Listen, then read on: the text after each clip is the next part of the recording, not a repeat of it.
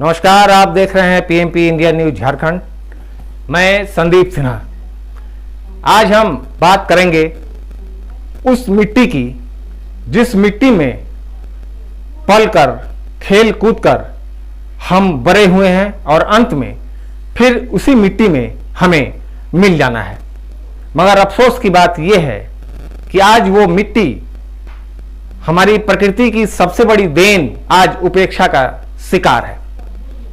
देवघर के ग्रामीण इलाकों में रह रहे कुमार और उनके चाक अपना वजूद तलाशते नजर आ रहे हैं। देवघर के सुदूर इलाकों में बस रहे कुमार जाति के लोग अपनी परंपरागत पेशा से खुश नहीं हैं। दरअसल कुम्हार और उनके चाक वजूद तलाशते नजर आ रहे हैं। आधुनिकता के इस दौर में लोग पारंपरिक सामानों की खरीदारी नहीं कर रहे हैं। नतीजा, मिट्टी से बने बर्तन, दिए, कुल्हड़ बाजारों में अब नहीं दिख रहे हैं और नहीं बिक रहे हैं। एक दौर था जब कुम्हार दीपावली का बेसब्री से इंतजार किया करता था। उस समय मिट्टी के दियों की मांग बहुत अधिक रहती थी और बाजारों में इनके खरीदारों की भीड़ भी नजर आती थी। इसकी मुख्य वजह है मिट्टी, महंगाई और मेहनत के माफिक मुनाफा का न होना और पड़ोसी राज्यों तथा चीन से आए रंग बिरंगे बल्ब मंसूबों पर और भी पानी फेर देता है। रंग बिरंगे डिजाइनर दीप मिट्टी से बने परंपरागत दियों को कड़ी टक्कर दे रहे हैं। हालांकि शादी विवाह, पूजा पाठ और त्योहारों के मौके पर मिट्टी से बने परंपरागत दिए की मांग बढ़ जाती है तो दम तोड़ती कुम्हार की चाक को थोड़ी राहत मिल जाती है। मिट्टी पर कोमल हाथों से अपनी उंगलियों का कारीगरी दिखाने का हुनर ये मजदूर अपने से अपने अगले पीढ़ी को और फिर वो अगले पीढ़ी को, यानी पीढ़ी दर पीढ़ी ये बढ़ाते चले जाते हैं। हमारे सहयोगी जीतन कुमार ने देवघर से एक खास रिपोर्ट भेजी है, इसे आप देखें। और एक आग्रह आपसे और, कृपया हमारे इस YouTube चैनल को सब्सक्राइब अवश्य कर ले, बेल आइकन को दबा ले ताकि हमारी हर खबर की नोटिफिकेशन आप तक पहुंचती रहे।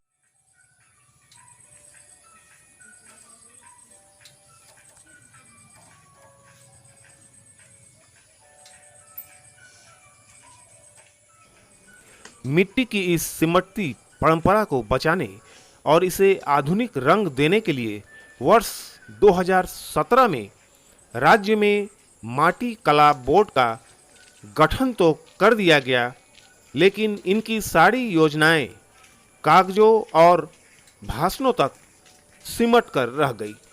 कुम्हार और मिट्टी के इस धंधे को देखने और उनकी पीड़ा सुनने वाला कोई नजर नहीं आता। पीएमपी इंडिया न्यूज झारखंड से हमारे विशेष संवाददाता जीतन कुमार की यह खास रिपोर्ट।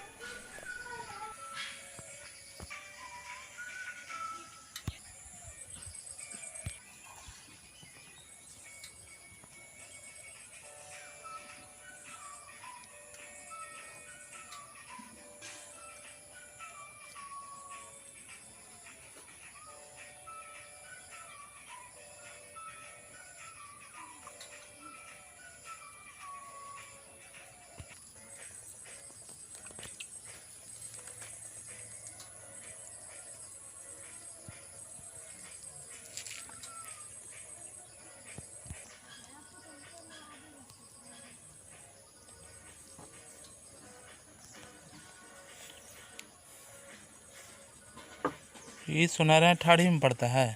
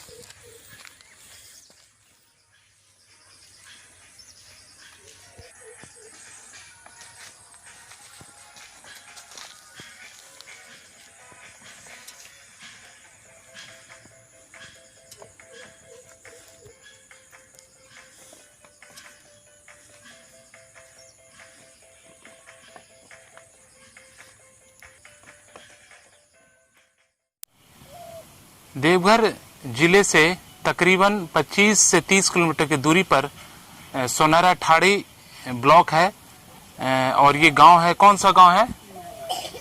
मेघा गांव है।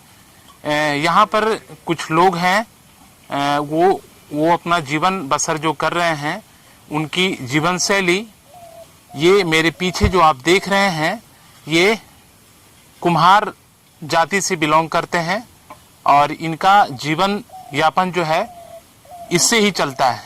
आप ये तस्वीर देखकर आप समझ गए होंगे कि ये है क्या।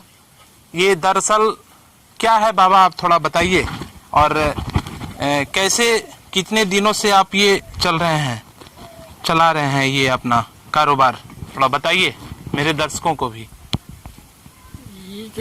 करीब करीब हमने चला रहा छे, मैंने हो साल छा हमने चलाते हैं छे, तक बाद हमारे बापो से नहीं है सब काम करे। अच्छा, तो कितना हो जाता है डेली का?